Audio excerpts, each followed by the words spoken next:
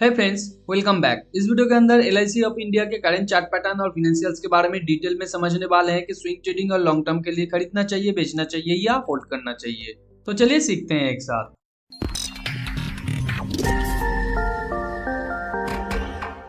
जैसे कि आप स्क्रीन पे देख पा रहे हैं, एलआईसी ऑफ इंडिया के ये वनडे का चार्ट है। वनडे के चार्ट में ये लगातार एक वेज के अंदर था, जहां पे ये अपने वेज को यहाँ पे कंप्लीट किया है और उसके बाद यहाँ पे हायर डबल बॉटम क्रिएट करने के साथ साथ ऊपर जाने की कोशिश कर रहा है। पिछले दिन ही नियर अबाउट 10% के आसपास कंपनी के शेयर ने मूव दिया था और यहाँ पे करेंटली कंपनी का शेयर पिछले टाइम का जो स्विंग हाई है उसके आसपास आके फ्लोट कर रहा है। तो यहाँ पे करंट सिचुएशन में अगर आपके पास कंपनी का शेयर स्विंग पोजीशन के लिए है तो यहाँ पे करेंटली आपके लिए जो स्टॉप लॉस बन रहा है 619 के आसपास, जो कि आज का जो ये कैंडल है इसके इमीडिएट नीचे, और यहाँ पे फर्स्ट टेक प्रॉफिट आपके लिए बनता है 683 के आसपास, जो कि ये जो बेयर ब्रेकआउट इसने स्टार्ट किया था तो इसके इमीडिएट ऊपर या इसके टॉप पे। तो 683 को अगर ये ब्रेकआउट करके ऊपर जाके सस्टेन करने के बाद फिर ऊपर जाने की कोशिश करता है तो यहाँ पे इसके लिए नेक्स्ट जो टारगेट बन सकता है 739 के आसपास, जो कि है ये जो वेज का टॉप पॉइंट है इसके आसपास। क्योंकि एक शेयर प्राइस जब रिवर्स करने की कोशिश करता है, स्पेशली जब वेज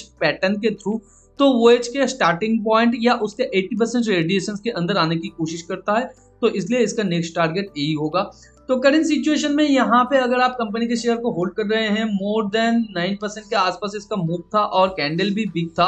और यहाँ पे इसने सेकेंड लेग के अंदर इसको क्रिएट किया है, यानी यहाँ पे इसने लो बनाया, उसके बाद एक डबल बॉटम, फिर यहाँ पे और एक हायर बॉटम, फिर ये ऊपर जाने की कोशिश किया है। तो यहाँ पे इसका अगर ये हम लोग फर्स्ट लेग मानते हैं तो यहाँ पे जनरली टू लेग फॉर्मेशन के साथ ये ऊपर जाने की कोशिश करता है और ये टू लेग भी हो सकता है। तो यहाँ पे आपको 50 to 60% आपके शेयर का टेक प्रॉफिट बुक कर लेना चाहिए और फर्दर आपको टेल करते रहना चाहिए। टेल आप किस तरीके से करेंगे, मान लीजिए यहाँ पे ये टू लेग फॉर्मेशन के साथ नीचे आता है और यहाँ पे फिर ब्रेकआउट करके ऊपर जाने की कोशिश करता है और थोड़ा सा पुल बैक करने के बाद फिर ऊपर जाने की कोशिश करता है। तो यहाँ से आप स्टॉप लॉस को लेके ये जो स्विंग पॉइंट लो है नया, इसके नीचे डाल देंगे और फर्दर जब शेयर प्राइस पिछले टाइम का जो ये टॉप पॉइंट है इसे तोड़ के ऊपर जाएगा तो यहाँ से भी आप स्टॉप लॉस को लेके ये जो स्विंग लो है इसके नीचे आप डाल देंगे। और जब ये ब्रेकआउट करके ऊपर जाने की कोशिश करेगा तो यहाँ पे आपके लिए नया स्विंग पोजीशन भी बन सकता है। मगर करेंटली यहाँ पे ये बार जो है ये बहुत बड़ा बार है और यहाँ पे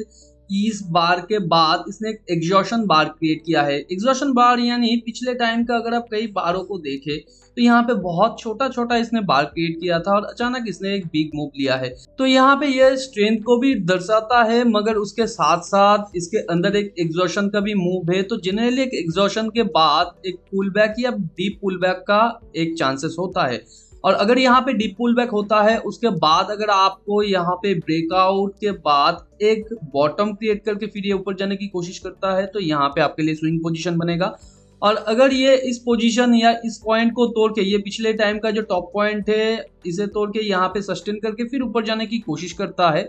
तो यहाँ पे आपके लिए नया पोजीशन बनेगा और आपका यहाँ पे जो स्टॉप लॉस बनेगा ये जो स्विंग पॉइंट लो होगा इसके नीचे और टेक प्रॉफिट फर्दर रहेगा 739 के आसपास। अगर आप कंपनी के अंदर लॉन्ग टर्म के लिए इन्वेस्टेड हैं या इन्वेस्ट करना चाहते हैं तो ऑलरेडी यहाँ पे कंपनी ने और एक बिग ओएच को क्रिएट किया है, जहाँ पे 1 स्पाइक 2 स्पाइक और 3 स्पाइक के बाद इसने एक हायर बॉटम क्रिएट किया है और हायर बॉटम से ये करेंटली ऊपर जाने की कोशिश कर रहा है। मगर यहाँ पे प्रॉब्लम सिर्फ यही है कि पिछले टाइम का जो कई स्विंग हाई को अगर आप देखें तो ये हाई नेक्स्ट हाई से ऊपर है। तो इसलिए जब तक ये शेयर प्राइस ये जो पिछले टाइम का टॉप पॉइंट है इसे तोड़ के यहाँ पे सस्टेन करके फिर ऊपर जाने की कोशिश ना करे, प्रॉपर्ली बुल ट्रेंड के अंदर कन्वर्ट हो गया है ये हम लोग नहीं कह सकते हैं, मगर आपको चांस तो लेना पड़ेगा। क्योंकि जनरली एक वेज पैटर्न के बाद जब वो डबल बॉटम क्रिएट करता है फिर ऊपर जाने की कोशिश करता है तो वेज टॉप के आसपास जाने की वो कोशिश करता है। तो यहाँ पे इसलिए अगर आप इनिशियल पोजीशन लेना चाहते हैं तो ले सकते हैं यहाँ पे, मगर आपका जो स्टॉप लॉस रहेगा वही सेम आपका स्टॉप लॉस रहेगा जो आपको स्विंग पोजीशन के अंदर मिल रहा था 619 के आसपास। मगर यहाँ पे आपका टारगेट थोड़ा बिग हो जाएगा, जैसे कि 884 के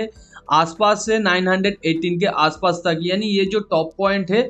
इसके आसपास आपका टेक प्रॉफिट बन जाएगा। और इसी बीच में अगर कोई एक रिवर्सल का पैटर्न ये क्रिएट करता है, जैसे कि आप यहाँ पे देख सकते हैं एक बेयर ब्रेकआउट किया है, फिर ये थोड़ा सा ऊपर जाने की कोशिश किया है और एक डबल टॉप क्रिएट किया है, फिर नीचे आने की कोशिश कर रहा है। तो इस तरीके का अगर कोई एक रिवर्सल का पैटर्न क्रिएट होता है या अचानक कोई बिग बार ये क्रिएट करता है लगातार और उसके साथ नीचे आने की कोशिश करता है, तो वहां से भी आपको एग्जिट कर देना है। और यहाँ पे करंट सिचुएशन में जो आपको लॉन्ग टाइम के लिए टारगेट मिलेगा वो थोड़ा बड़ा मिलेगा, इसलिए यहाँ पे जो रिस्क रिवॉर्ड आपको मिल रहा है 1:3.5 के आसपास, जो काफी अच्छा खासा रिस्क रिवॉर्ड है। तो अगर आप इनिशियल पोजीशन लेना चाहते हैं तो ले सकते हैं, और अगर आप पुल बैक के लिए वेट करना चाहते हैं तो यहाँ पे पुल बैक के बाद भी आप पोजीशन ले सकते हैं, जिस तरीके से मैंने स्विंग वालों को कहा है। और यहाँ पे अगर ये ब्रेकआउट होने के बाद अगर ये ऊपर जाने की कोशिश करता है, तब अगर आप लेते हैं तो यहाँ के लिए भी आप वेट कर सकते हैं। तो ये पुल बैक के बाद अगर आप एंट्री करते हैं तो स्टार्टिंग से आपको थोड़ा सा प्रॉफिट मिलेगा, और यहाँ पे अगर ये ब्रेकआउट के बाद